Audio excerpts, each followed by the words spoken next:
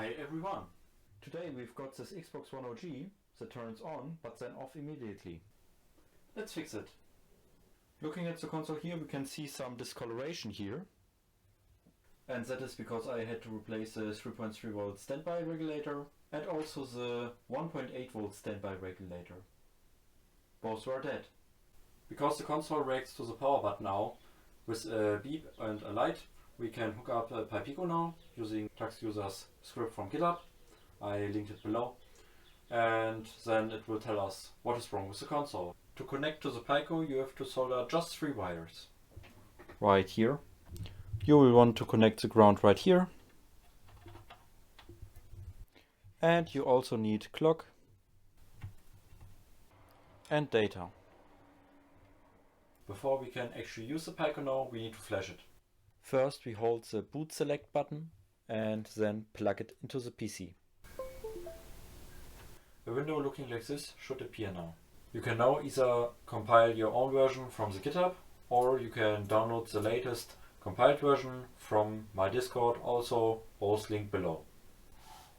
Just go to the Xbox postcode channel, click download, and then drag and drop the UF2 file to RP1, RP2 device down here. The device will disconnect now and it's flashed. Once you reconnect the Pico to the PC, you should see a new device appear in Device Manager called Serial USB Device and then a number.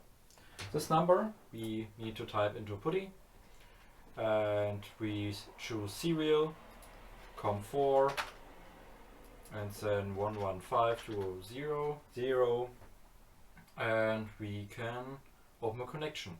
PuTTY is a free program you can just download. Now we plug the console into power. And we are finally all set up now. Pressing open now gives us this window and we can type post, enter, and we get codes. So right now it's telling us OXE005. You might think, okay, that doesn't tell us much, but I have a list of what the codes mean. And we can see OXE005, power group B timeout or not reporting power good. And that's the code we are getting. And we need to check for short on vFuse, vSockFile, vNVCore, and vMemCore. And also the regulators of these 4 power rails could be the problems. I've connected one probe to ground now and disconnected the console from power. And we will check resistances now. We need to know NVCore. 19 ohms, that's fine. Next, it wants us to check MEMCore.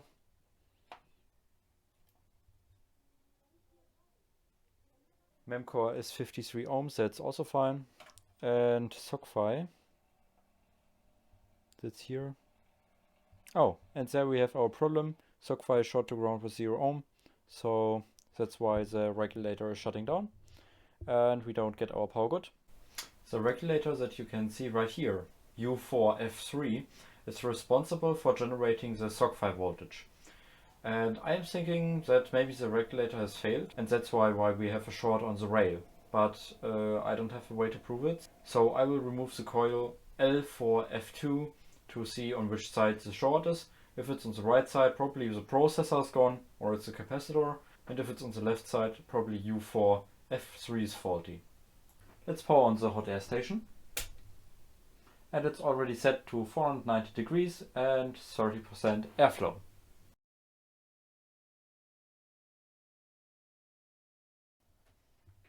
Okay, same thing. I've connected one probe to ground. Let's check the output side. 0 ohm. And the input side. Oh wow. 300,000 ohm.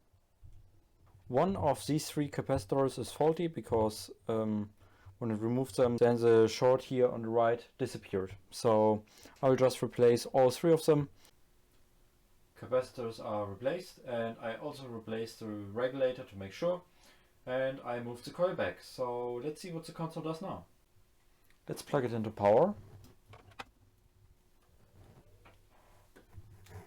And let's see. We got a 1 second power on again. We'll check for new codes on the postcode tool now, because we have fixed one problem, maybe there's a new one. All we have to do is to connect again, as everything is set up now. So let's click post, and we get OXE046. Okay, that's a new code. Let me pull up the list. Okay, here's my list, and OXE046 means NCP4204 I2C unreachable.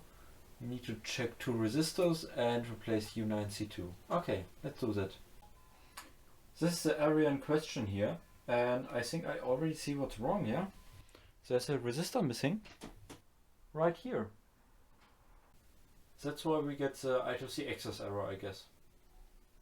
That resistor is actually just a 0 ohm resistor, so we can just bypass it with a wire.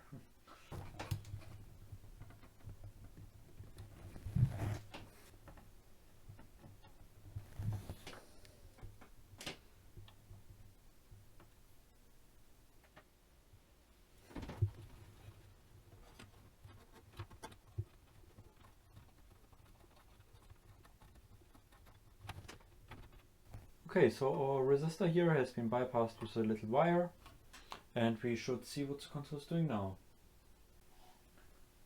Just in case we get any new codes, I will connect to the Xbox again and run post.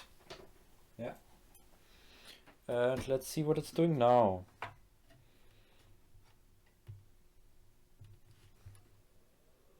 Oh, nice! It's working! See here, success. All the codes ran through, and this means the console will probably boot now. Let's power it on.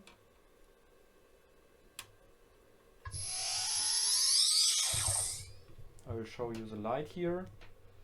And there it goes, postcodes again. And it's staying on, see? And just to confirm everything is working, I will also boot to Dash.